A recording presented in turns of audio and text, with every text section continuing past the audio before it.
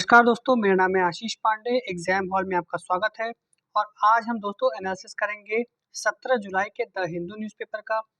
दोस्तों, अगर आपको इस न्यूज़पेपर के एनालिसिस का जो समरी पीडीएफ है वो चाहिए तो आप हमारे टेलीग्राम लिंक को ज्वाइन करें, जो कि डिस्क्रिप्शन में दिया हुआ है।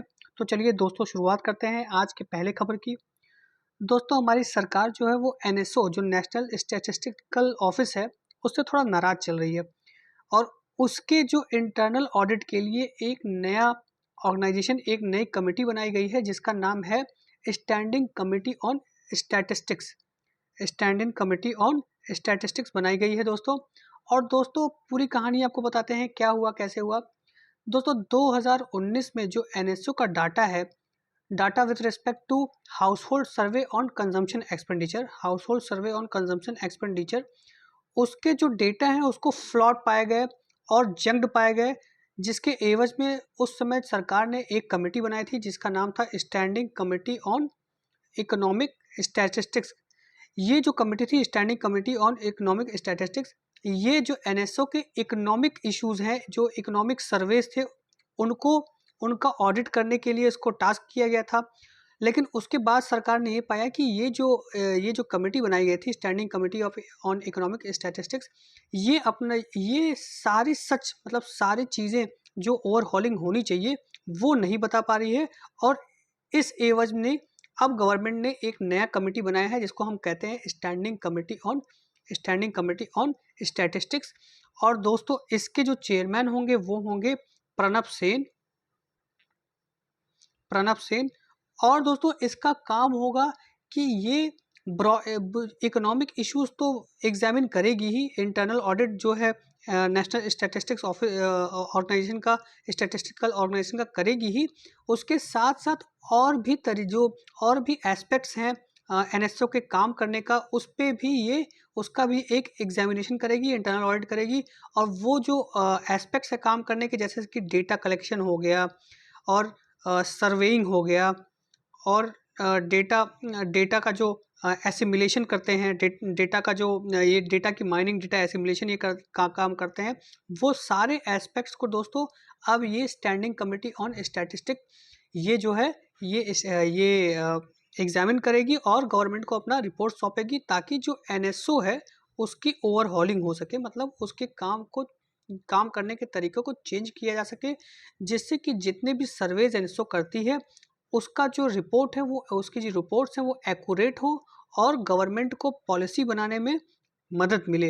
अगर डेटा जंक्ड होंगे दोस्तों, तो पॉलिसी कैसे बनाएगी? तो गवर्नमेंट को पॉलिसी नहीं बना पाएगी, गलत पॉलिसी बनाएगी, गलत लोगों तक गवर्नमेंट स्कीम्स पहुंचेंगी। तो इसीलिए एनएसओ को ओवरहॉल करने के लिए, एनएसओ को में एक नई जान फूंकने के लिए स्टैंडिंग कमेटी ऑन स्टैटिस्टिक्स बनाई गई है दोस्तों, जिसके जो चेयरमैन है वो हैं श्री प्रणब सेन।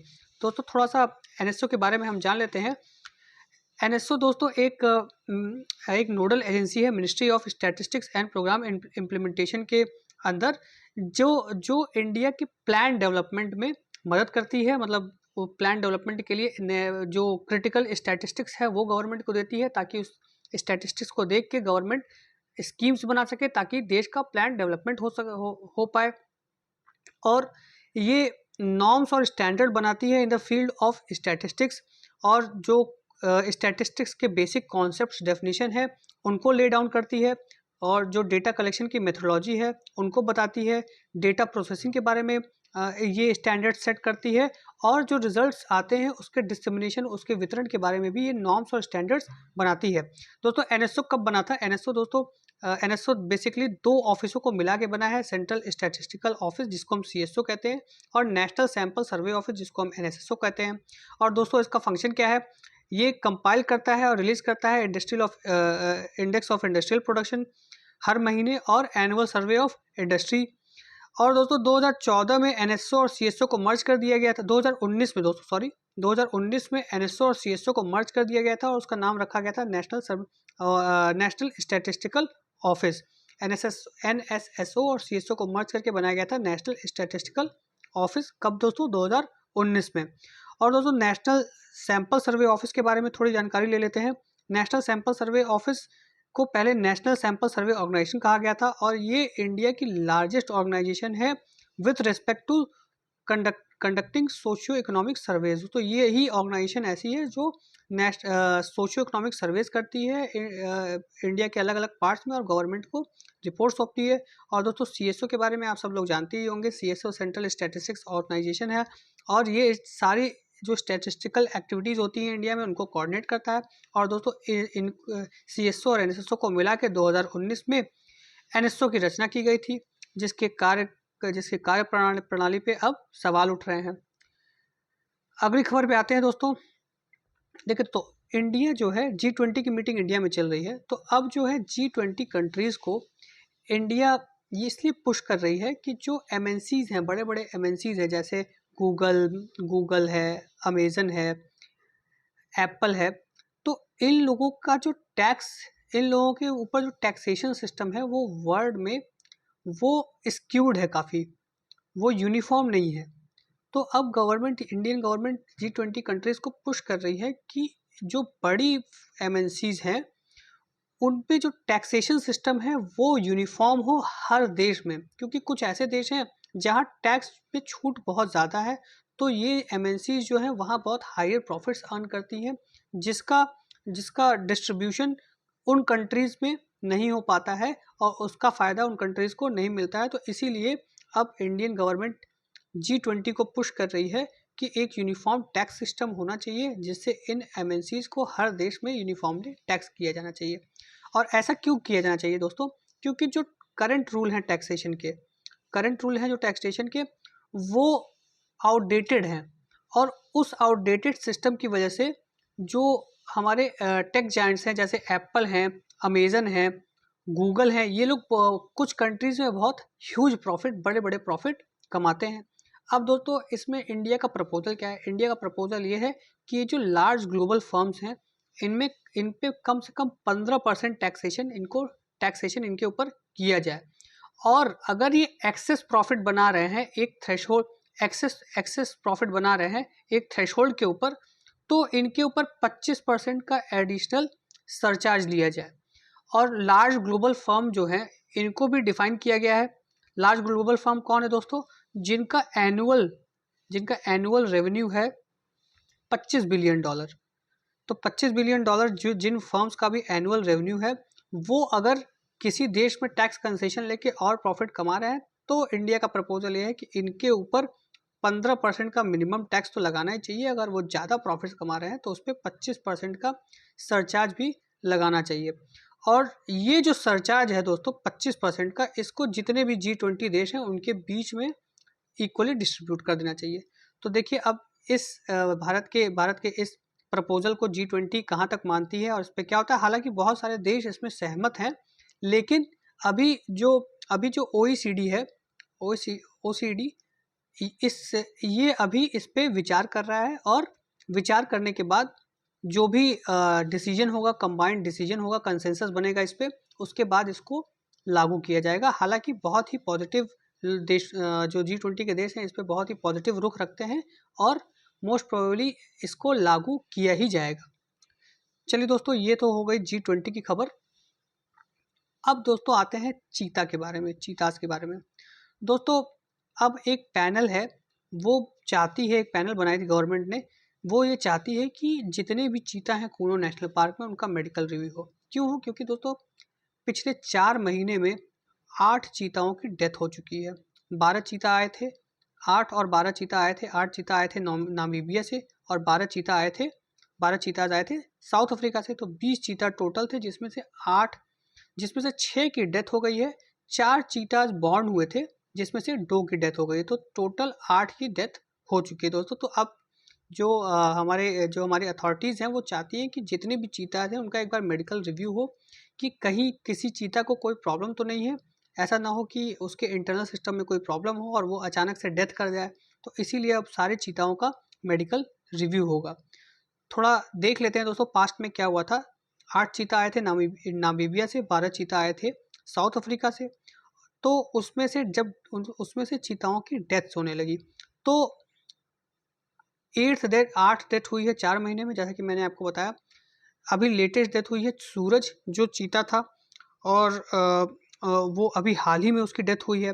उसके पहले डेथ हुई थी दोस्तों सूरज की डेथ हुई थी 14 जुलाई को।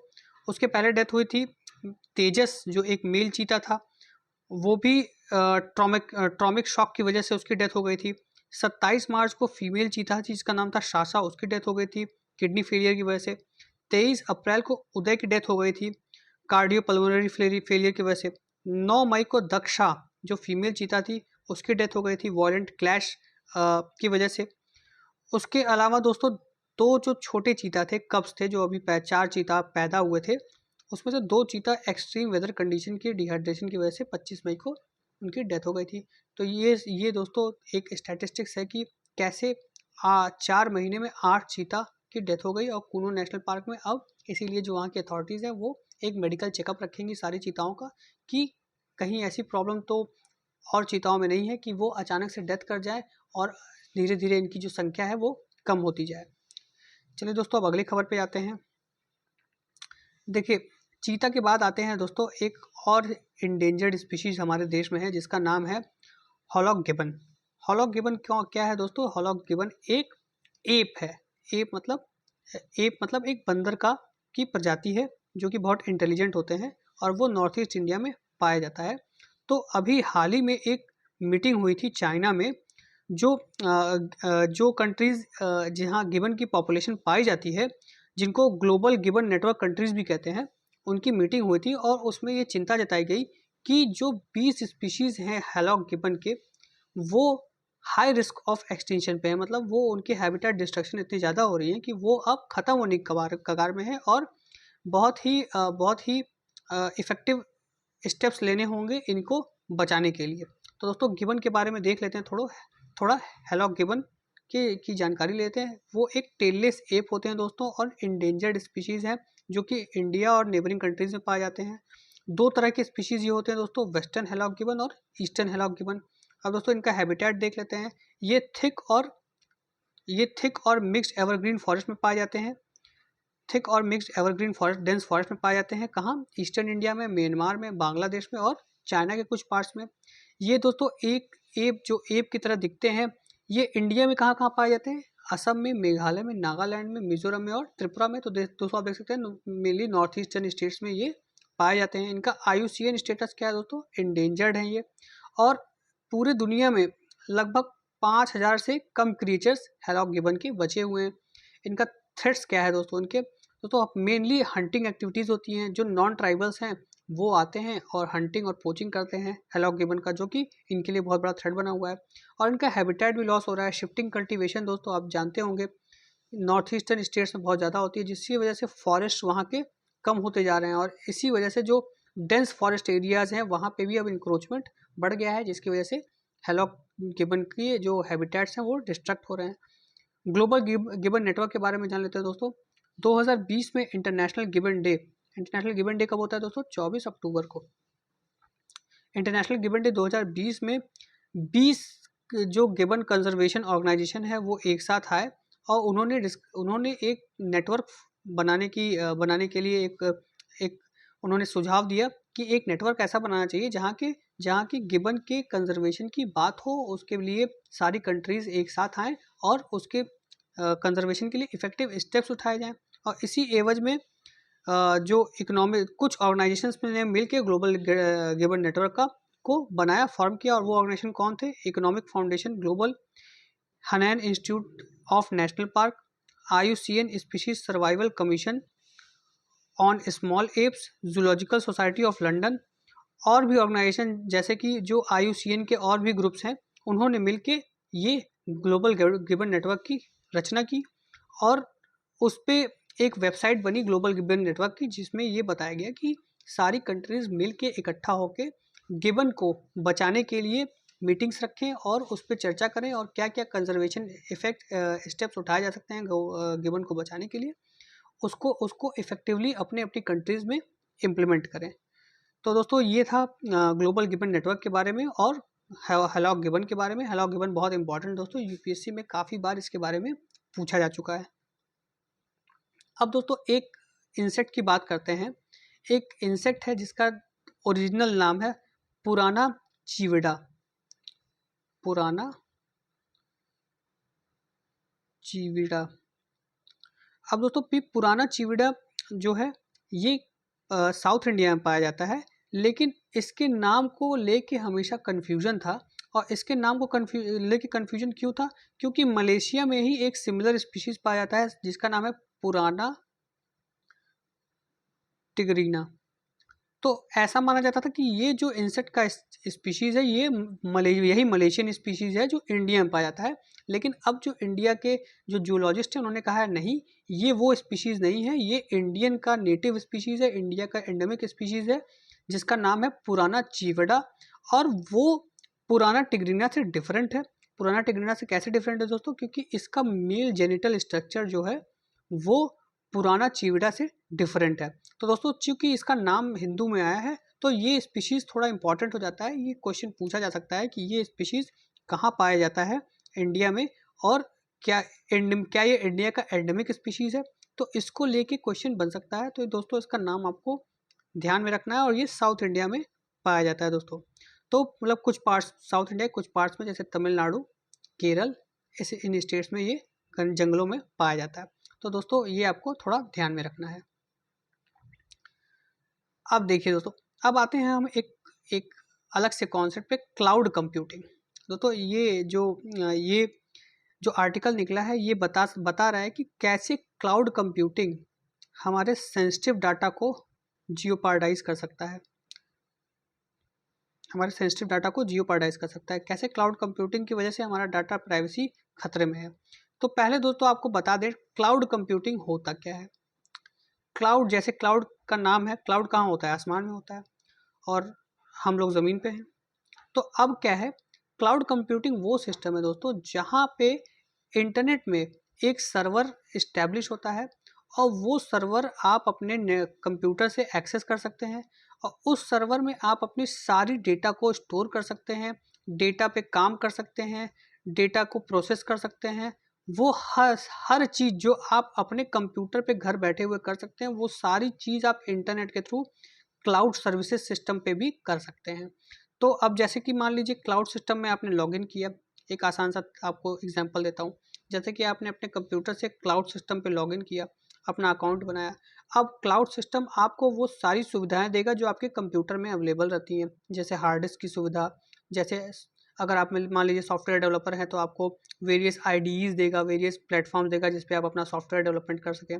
आप मान लीजिए चार्टर्ड अकाउंटेंट है तो वो आपको बहुत सारे ऐसे सॉफ्टवेयर प्रोवाइड कराएगा जिस पे आप अपने अकाउंटेंसी के काम को कर सकें। तो इससे आपको फ़ायदा क्या होगा? इससे आपको फ़ायदा होगा, ये होगा कि आप दुनिया में कहीं भी ट्रैवल कर रहे हो, आपके पास बस एक कंप्यूटर और इंटरनेट एक्सेस होना चाहिए, और आप अपने पूरे डेटा को इस क्लाउड सिस्टम पे कहीं से भी एक्सेस कर लेंगे। और जब कहीं से भी एक्सेस कर लेंगे तो आप चाहे कहीं भी रहें, आपका काम रुकेगा नहीं, और आप क्लाउड सिस्टम से की मदद से अपना काम स्मूथली करते रहेंगे। तो ये थोड़ी सी जानकारी थी क्लाउड सिस्टम के बारे में। लेकिन दोस्तों अब इसी क्लाउड सिस्टम को लेके सवाल उठने लगे हैं, क्योंकि जो आपका डेटा है वो तो थर्ड पार्टी के पास है, वो तो सर्वर के पास है, वो उस कंपनी के पास है जो इस क्लाउड सिस्टम को मेंटेन करती है। तो इससे डेटा ब्रीच होने का बहुत ही खतरा है। और अभी हाल ही में एक सज्जन थे, उन्होंने कोविन ऐप को यूज़ करते हुए उस पर ये आरोप लगाया कि उनका जो प्राइवेट डेटा है वो कोविन ऐप से लीक हो गया। तो जिसको सरकार ने गलत बताया, लेकिन इससे कोविन का जो सिस्टम है वो क्लाउड बेस्ड सिस्टम पे चलता है दोस्तों। तो उस पर जो क्लाउड कंप्यूटिंग है, क्लाउड बेस्ड सर्विसेज है, उस पर सवाल उठने लगे, और इसी के बारे में ये आर्टिकल है। तो मैंने आपको बताया शॉर्ट में कि ये क्लाउड बेस्ड सिस्टम होता क्या है, ये आपको जानना ज़रूरी है, क्योंकि ये एग्जामिनेशन में पूछा सकता है कि बेसिकली क्लाउड कंप्यूटिंग होता क्या है। थोड़ा सा देखिए, इस पे मैंने कुछ लाइंस भी बनाई हुई है, तो ये आप देख लीजिए, ये पीडीएफ में अवेलेबल रहेगा। क्लाउड सर्विसेज क्या है दोस्तों? Cloud services are infrastructure platform और software that are hosted by third party providers and made available to the users through internet. जैसा कि मैंने आपको बताया कि इंटरनेट के थ्रू एक सिस्टम को आपको एक्सेस कराया जाता है जहां आप अपना कोई भी काम कर सकते हैं अपने कंप्यूटर से। Cloud services facilitate the flow of user data from front end client, front that is user servers, tablets, desktop, laptop, anything on the user's end through internet to the provider system and back। मतलब कि आप अपने computer से cloud पे कोई भी data transmit करके उसको प्रोसेस करके वापस अपने कंप्यूटर पे ले सकते हैं। और ये क्लाउड नेटिव एप्लीकेशंस और फ्लेक्सिबिलिटी इन वर्किंग कंडीशंस भी प्रोवाइड कराता है। फ्लेक्सिबिलिटी है, आपके पास क्लाउड सिस्टम है, आप अपना कंप्यूटर टैबलेट लेके कहीं भी घूम रहे हैं, नेटवर्क एक्सेस मिला आपको, कोई भी काम है आपका, आपने फट से एक्सेस कर लिया और आपका काम कहीं भी बैठे बैठे हो गया। ये एक कंप्यूटर ऑपरेटिंग सिस्टम की तरह है दोस्तों, मतलब एक जैसे आपका कंप्यूटर है एकदम सिमिलर ये भी एक क्लाउड सिस्टम है। मतलब आप लॉगिन करेंगे तो आपको पूरा पूरा एक कंप्यूटर ही दिखेगा उसके अंदर, और आप जो भी काम अपने कंप्यूटर से कर सकते हैं वो इस क्लाउड सिस्टम पे भी करेंगे। लेकिन हाँ, उसके लिए आपके कंप्यूटर में इंटरनेट कनेक्टिविटी और ऑपरेटिंग सिस्टम होना बहुत ज़रूरी है। बस ये दो चीज़ रहे, वेब ब्राउज़र के थ्रू आप क्लाउड सिस्टम में चले जाएंगे और उसके बाद आपको अपने कंप्यूटर में किसी चीज़ की जरूरत नहीं है, क्लाउड सिस्टम आपको सब कुछ मुहैया कराएगा। सारे सॉफ्टवेयर, पीडीएफ, एक्सेल, इवन आपको मूवी देखनी है तो वो आपको मीडिया प्लेयर भी एक्सेस करा देगा। हर चीज़ जो आप अपने सिस्टम में रखना चाहते हैं वो आप क्लाउड कंप्यूटिंग में भी कर सकते हैं। और इनका डेटा जो होता है दोस्तों, जो डेटा का स्टोरेज है वो भी बहुत ज़्यादा है, वो भी आपको मिलता है। आपको वो 500 GB 1 TB तक डेटा बहुत आराम से मिल जाता है, और अगर आप इनके प्रीमियम यूज़र्स हैं तो डेटा की कोई लिमिट ही नहीं है। तो दोस्तों ये थी क्लाउड कंप्यूटिंग के बारे में कुछ इन्फॉर्मेशन, मुझे उम्मीद है कि आपको समझ में आई होगी। अब देखिए दोस्तों, अब एक इम्पॉर्टेंट न्यूज़ है कि हमारा देश जो है वो एक अपना वो इंडिजीनियस एक हेलीकॉप्टर बनाने जा रहा है।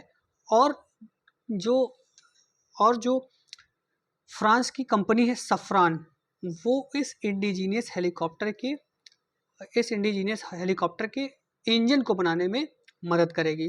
तो दोस्तों अब इसके बारे में थोड़ा हम जानकारी ले लेते हैं कि ये क्या है और इसका नाम क्या है, ये हेलीकॉप्टर कैसे बनेगा, क्या होगा, ये सारी चीज़ें की जानकारी हम लेते हैं। दोस्तों इस हेलीकॉप्टर का नाम है इंडियन मल्टी रोल हेलीकॉप्टर्स। और ये हेलीकॉप्टर क्या करेंगे दोस्तों, ये जो हमारे एग्जिस्टिंग विंटेज MI-17 हेलीकॉप्टर हैं जो कि रशियन है, उनको रिप्लेस करेगी। और दोस्तों ये multi role multi mission helicopters हैं और इनको बनाया गया है हाई अल्टीट्यूड और हाई डिग्री ऑफ रिलायबिलिटी और सर्वेबिलिटी पे ऑपरेट करने के लिए। और इससे क्या क्या काम एक्सपेक्ट किए जा रहे हैं, क्या क्या एक्सपेक्ट किया जा रहा है, इस हेलीकॉप्टर में क्या क्या चीज़ें होंगी वो देख लेते हैं एक बार। इसका मैक्सिमम टेक ऑफ वेट होगा 13 टन, मैक्सिमम क्रूज स्पीड होगी 260 किलोमीटर पर प्रति घंटा, इसकी रेंज होगी 800 किलोमीटर की, इसका पेलोड होगा जो सी लेवल पे वो होगा 4 टन, चार 4 घंटे का इसका एंड्योरेंस होगा। और इसकी जो सर्विस सीलिंग होगी वो होगी 6500 मीटर की, और होवरिंग सीलिंग होगी जो वो होगी 5000 मीटर की। मतलब 5000 मीटर पे ये होवर कर पाएगा, स्टिल रह पाएगा, और उड़ान ये 6500 मीटर तक भर पाएगा। तो ये दोस्तों इसकी कुछ क्वालिटीज़ हैं। अब दोस्तों जो ये इसको बना कौन रहा है दोस्तों, इसको बना रहा है HAL, और गवर्नमेंट ने HAL को गो अहेड दे दिया है इसको बनाने के लिए। अब इसके अलावा HAL ने मेमोरेंडम ऑफ अंडरस्टैंडिंग साइन किया है अभी फ्रेंच हेलीकॉप्टर इंजन मैन्युफैक्चरर सफ्रान से। इसका जो इंजन है वो इंडिजीनियसली बनाने का और ट्रांसफ़र ऑफ टेक्नोलॉजी करने का इसमें भी गो अहेड मिल गया है। तो दोस्तों ये है इंडियन मल्टी रोल हेलीकॉप्टर्स, जिसके बारे में आपको जानना ज़रूरी है। इतनी इन्फॉर्मेशन काफ़ी है आपके एग्जामिनेशन पॉइंट ऑफ व्यू से। ये देखिए, ये है दोस्तों, ये इस हेलीकॉप्टर की बात की जा रही है। अब दोस्तों अभी गवर्नमेंट ने हाल ही ने कहा कि जो बिजली चमकती है, लाइटनिंग, ये एक नेचुरल डिज़ास्टर नहीं है। ऐसा क्यों कहा दोस्तों गवर्नमेंट ने, क्योंकि अगर इसको नेचुरल डिज़ास्टर की श्रेणी में अगर हम ले लेंगे तो स्टेट डिज़ास्टर रिस्पांस फंड से जो इसके विक्टिम्स हैं लाइटनिंग का, उनको पैसा देना पड़ेगा, उनको रिलीफ फंड में से रिलीफ पैकेज देना पड़ेगा। तो इसीलिए गवर्नमेंट अभी मना कर रही है कि भैया लाइटनिंग इतना बड़ा नेचुरल डिज़ास्टर नहीं है, और इसमें जो स्केल ऑफ डिवास्टेशन है वो और नेचुरल डिज़ास्टर्स के कंपैरिजन में काफ़ी कम है। तो इसीलिए लाइटनिंग को अभी नेचुरल डिज़ास्टर नहीं माना जा रहा है। थोड़ा सा देख लेते हैं नेचुरल डिज़ास्टर क्या होते हैं। नेचुरल डिज़ास्टर दोस्तों वो इन्वायरमेंटल इवेंट होते हैं जो किसी भी कम्युनिटी की सेफ्टी और उसके फंक्शनैलिटी पे खतरा पैदा कर देते हैं, जैसे कि हरिकेन्स हो गए, फ्लड्स हो गए, सुनामी हो गई, एवलांच हो गई, ये सब नेचुरल डिज़ास्टर के एग्जाम्पल हैं। नेचुरल डिज़ास्टर दोस्तों पब्लिक और प्राइवेट प्रॉपर्टी दोनों को सब्सटेंशियल डैमेज पहुंचा सकता है। जैसे कि आप देख सकते हैं फ्लड और हरिकेन, अभी फ्लड आ रहे हैं तो उससे कितना नुकसान पहुंच रहा है हमारे पब्लिक और प्राइवेट प्रॉपर्टी को। लैंडस्लाइड्स भी दोस्तों, लैंडस्लाइड्स जो है वो devastation, deforestation, agriculture operation, mining, और इनके वजह से लैंडस्लाइड्स भी हो सकते हैं जिनको कि हम एक नेचुरल डिजास्टर में काउंट करते हैं और इसकी वजह से काफ़ी जान माल को नुकसान हुआ है। कहाँ पे? उत्तराखंड में, हिमाचल प्रदेश में और वेस्टर्न घाट्स वाले रीजन में भी हाल ही के बारिश के मौसम में काफ़ी डिवास्टेशन हुआ है। नेचुरल डिजास्टर को दोस्तों हम लोग क्लासीफाई करते हैं 5 तरीकों के डिजास्टर्स में: geological disaster, hydrological disaster, meteorological disaster, space disaster और वाइल्ड फायर्स। तो एक यहाँ दोस्तों देखिए ये चार्ट बना हुआ है जिसमें आप देख सकते हैं कि नेचुरल डिजास्टर कैसे कैसे किन किन प्रकार से डिवाइड किए गए हैं। लैंड पे देखिए दोस्तों कौन कौन से नेचुरल डिजास्टर्स है: earthquake, landslides, volcano, forest fire, avalanche. Air में दोस्तों क्या है? स्टॉर्म्स, जिसमें साइक्लोन, टॉर्नेडोज, थंडर स्टॉर्म भी आता है, लेकिन थंडर लाइटनिंग को अभी नहीं माना गया है नेचुरल डिजास्टर। वाटर में दोस्तों क्या है? फ्लड, सुनामी और ड्रॉट। तो ये दोस्तों नेचुरल डिजास्टर के प्रकार हैं जिनको सरकार नेचुरल डिजास्टर मानती है। अब दोस्तों स्टेट डिजास्टर रिस्पॉन्स फंड के बारे में बात कर लेते हैं। दोस्तों स्टेट डिजास्टर रिस्पॉन्स फंड हर स्टेट में कंस्टिट्यूट किया गया है। Section 4(1)(a) of the disaster management act के अनुसार, डिजास्टर मैनेजमेंट एक्ट का सेक्शन 4(a) ये कहता है कि हर एक स्टेट में स्टेट डिजास्टर रिस्पॉन्स फंड होना ज़रूरी है। इसके अलावा ये फंड दोस्तों क्या करता है? ये स्टेट गवर्नमेंट को नोटिफाइड डिजास्टर्स के में सहायता, लोगों को सहायता पहुंचाने के लिए और जो जान माल का नुकसान हुआ है उसकी भरपाई करने के लिए ये फंड स्टेट गवर्नमेंट्स को दिया जाता है। इसमें 75% सेंट्रल गवर्नमेंट का कंट्रीब्यूशन होता है, 25% स्टेट गवर्नमेंट का होता है और जो नॉर्थ ईस्टर्न और हिली स्टेट्स हैं उसमें 90% गवर्नमेंट का कंट्रीब्यूशन होता है और 10% स्टेट का कंट्रीब्यूशन होता है।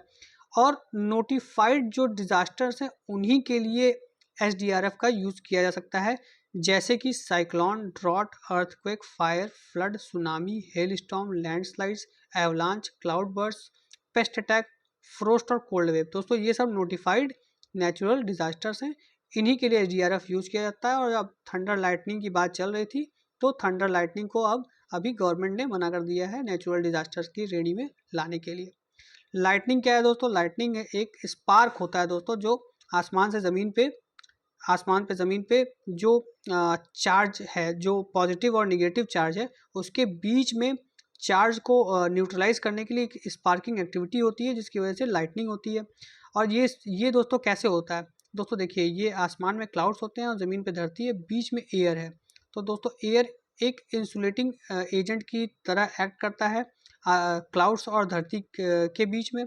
लेकिन जब यहाँ जो नेगेटिव चार्ज है और यहाँ जो पॉजिटिव चार्ज है ये जब काफ़ी बढ़ जाता है तो इसकी इंसुलेटिंग कैपेसिटी कोलैप्स हो जाती है एयर की और जिससे लाइटनिंग होती है। और लाइटनिंग ये जो पॉजिटिव चार्जेस है ये मैक्सिमम कहाँ पाए जाते हैं दोस्तों? स्टीपल्स में, ट्रीज़ में। और अर्थ खुद भी एक पॉजिटिव चार्ज की तरह एक्ट करता है जो ये इम्बैलेंस को पूरा करने के लिए एक लाइटनिंग होती है और ये पूरा सिस्टम न्यूट्रलाइज हो जाता है। तो दोस्तों इसकी वजह से कहा जाता है कि आप जब भी थंडर लाइटनिंग हो रही हो तो पेड़ के नीचे ना आए और कहीं ऐसी जगह ना रहें जहाँ पे स्पाइक्स हों, मतलब कि कोई मान लीजिए कोई लोहे की रॉड है वो काफ़ी ऊंची है और आप उसके नीचे खड़े हैं, तो इस तरह की जगहों पे ना खड़े रहें इससे क्या हो सकता है कि यहाँ पे लाइटनिंग हो सकती है और आपके जान को भी खतरा हो सकता है। तो ये एक थंडर लाइटनिंग का दोस्तों सिस्टम था जो मैंने आपको बताया है। उम्मीद करता हूँ आपको समझ में आया होगा। अब दोस्तों हमारी जो आर्मी है वो नोमैडिक एलिफेंट 23 जो एक मिलिट्री एक्सरसाइज है इंडिया और मंगोलिया के बीच में, उसके लिए मंगोलिया गई है। तो दोस्तों नोमैडिक एलिफेंट 23 के बारे 2023 के बारे में बताते हैं हम। जो तो नोमैडिक एलिफेंट जो एक्सरसाइज है ये हर साल होता है, ये एनुअल एक्सरसाइज है और ये दोस्तों एक साल इंडिया में होता है और एक साल मंगोलिया में होता है। और दोस्तों ये जो नोमैडिक एलिफेंट 23 है ये 15th एडिशन है नोमैडिक एलिफेंट एक्सरसाइज का और हमारी एयरफोर्स C-17 ग्लोब मास्टर इसमें भाग ले रही है। और इसका प्राइमरी थीम क्या है दोस्तों? इसका प्राइमरी थीम क्या है? इसका प्राइमरी थीम है counter terrorism operation, counter terror operation in hills and mountains. मतलब हिल्स और माउंटेन्स में काउंटर टेरर ऑपरेशन ये इंडिया और मंगोलिया की जो आर्मी है वो मिलके करेगी, उसकी प्रैक्टिस करेगी। तो दोस्तों ये था इसके बारे में। हमारा इंडियन जो आर्मी ट्रूप्स हैं इस बार गई हैं मंगोलिया और अगली बार मंगोलियन जो आर्मी है वो इंडिया में आएगी और इसका नाम है नोमैडिक एलिफेंट 23। 3। चलिए दोस्तों अब आगे बढ़ते हैं। PSLV C56 to lift off with 7 satellites. दोस्तों अभी हाल ही में हमारे देश ने चंद्रयान 3 को स्पेस में छोड़ा है और उसके लॉन्च के बाद अब वो अगले लॉन्च के लिए तैयार है, जिसका नाम है PSLV C56। PSLV C56 क्या है दोस्तों? Polar satellite launch vehicle C56, और ये सतीश धवन स्पेस सेंटर से उड़ान भरेगी 26 जुलाई के आसपास। ये एक कॉमर्शियल मिशन है दोस्तों। कॉमर्शियल मिशन मतलब कि ये अलग अलग देशों के सैटेलाइट को स्पेस में ले जाके लॉन्च करेगी और उसके एवज में हमको फॉरेन एक्सचेंज मिलेगा। तो ये 7 पेलोड्स हैं इसके पास टोटल मिला के, जिसमें से 4 पेलोड्स हैं 351.9 अर्थ ऑब्जर्वेशन सैटेलाइट, जिसको DSSAR कहते हैं, ये सिंगापुर से है। फिर आर्केड है, वेलॉक्स AM है और 12 स्ट्राइडर है। ये सारी जो दोस्तों सैटेलाइट, ये सारे पेलोड्स हैं जिसको स्पेस में छोड़ेगी हमारा PSLV C56। इसके अलावा 3 नैनो सैटेलाइट्स भी हैं जिनका 10 किलो से कम है वेट, जिनका नाम है ग्लासियर 2, स्कूप 2 और नुलियन। ये सारी जो सारे जो सैटेलाइट्स है दोस्तों, ये 10 किलो से कम है, इसलिए इनको माइक्रो सैटेलाइट कहा जाता है। और इन सारे सैटेलाइट्स को लो अर्थ ऑर्बिट पे रखा जाएगा। अब दोस्तों थोड़ा सा जानकारी PSLV के बारे में ले लेते हैं। ये दोस्तों 3rd जनरेशन लॉन्च व्हीकल है इंडिया की, और फर्स्ट इंडियन है जो कि लिक्विड स्टेजेस से इक्विप किया गया है। इसमें 4 स्टेज लॉन्च व्हीकल है दोस्तों। पहले स्टेज में क्या है? Large solid rocket motor forming है। सेकंड स्टेज में दोस्तों क्या है? अर्थ स्टोरेबल लिक्विड स्टेज है। थर्ड स्टेज क्या है दोस्तों? High performance solid rocket motor stage है। और फोर्थ स्टेज दोस्तों क्या है? लिक्विड स्टेज विथ इंजन है दोस्तों। और ये 2 स्पेसक्राफ्ट चंद्रयान 1 2008 में और मार्स ऑर्बिटर स्पेसक्राफ्ट 2013 में ये अपनी कक्षाओं में लॉन्च कर चुका है। तो ये जानकारी दोस्तों PSLV के बारे में थी। अब दोस्तों रशिया यूक्रेन वॉर के बीच में रशिया ने बोला है कि भैया उसके पास क्लस्टर बम्स काफ़ी मात्रा में है, तो सब लोग भैया बच के रहो। तो क्लस्टर बम क्या है ये देख लेते हैं। क्लस्टर बम दोस्तों एक एक्सप्लोजिव वेपन होते हैं जिनको एयर से और ग्राउंड से दोनों से लॉन्च किया जा सकता है।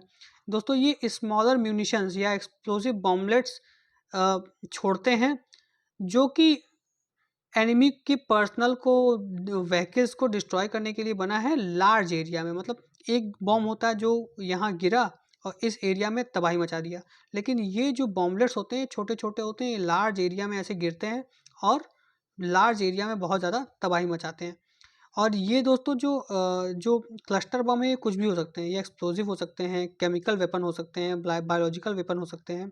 और ये दोस्तों सिविलियंस की जान को बहुत नुकसान पहुंचाते हैं, इसीलिए इनको पसंद नहीं किया जाता है। इसीलिए जो भी कंट्री इनको यूज़ करती है उनको क्रिटिसाइज़ किया जाता है। और ये मिलिट्री टारगेट्स को तो प्रिसीजन से बॉम्बिंग करते ही हैं, ये सिविलियन इंफ्रास्ट्रक्चर भी अगल बगल के एरिया में टारगेट हो जाती है उससे। और अनएक्सप्लोडेड बॉम्ब जो है वो बाद में भी जो सिविलियंस हैं उनकी जान के लिए खतरा बन सकते हैं। देखिए जैसे एग्जांपल बताते हैं दोस्तों क्लस्टर बम का। जैसे मान लीजिए प्लेन है, इसने क्लस्टर बम छोड़ दिया। अब क्लस्टर बम में छोटे छोटे एमुनिशंस हैं ये। अब जहाँ जहाँ प्लेन जा रहा है वहाँ वहाँ ये एमुनिशन इस तरह से ड्रॉप किए जा रहे हैं। अब दोस्तों एक बॉम्ब होती तो यहाँ आके गिरता, इस एरिया को तबाह कर देती ये, लेकिन ये छोटे छोटे बॉम्ब जो है ये ज़्यादा एरिया में गिरेंगे और स्मॉल स्मॉल ब्लास्ट करेंगे, जिससे कि काफ़ी नुकसान पहुंचता है लोगों को। और ये मान लीजिए एक मिलिट्री बेस है, तो इसके बीच में जो सिविलियन एरियाज़ हैं उन पे भी ये बॉम्ब गिरेगा और वहाँ भी इफेक्ट डालेगा। और अगर इसमें से कोई बॉम्ब का टुकड़ा अनएक्सप्लोडेड रह गया तो बाद में एक्सप्लोड कर सकता है और सिविलियंस की जान को खतरा पहुँचा सकता है। अब दोस्तों हम कोरल ब्लीचिंग के बारे में बात करते हैं। दोस्तों कोरल ब्लीचिंग के बारे में इस आर्टिकल में दिया हुआ है और द हिंदू ने आज पब्लिश किया है। तो कोरल ब्लीचिंग के बारे में, कोरल रीफ्स के बारे में जानना ज़रूरी हो जाता है। कोरल रीफ्स क्या होते हैं? कोरल रीफ्स क्या होते हैं दोस्तों? कोरल रीफ एक मराइन इनवर्टिब्रेट्स एनिमल होते हैं जिनके पास स्पाइन नहीं होता, मतलब जिनके पास रीढ़ की हड्डी नहीं होती है। कोरल को हम पॉलिप कहते हैं, जो हज़ारों पॉलिप मिल के कॉलोनी बनाते हैं और एक साथ रहते हैं और वो एक साथ रहते हुए ग्रो करते हैं। और दोस्तों ये सिम्बायोटिक रिलेशनशिप में होते हैं किससे?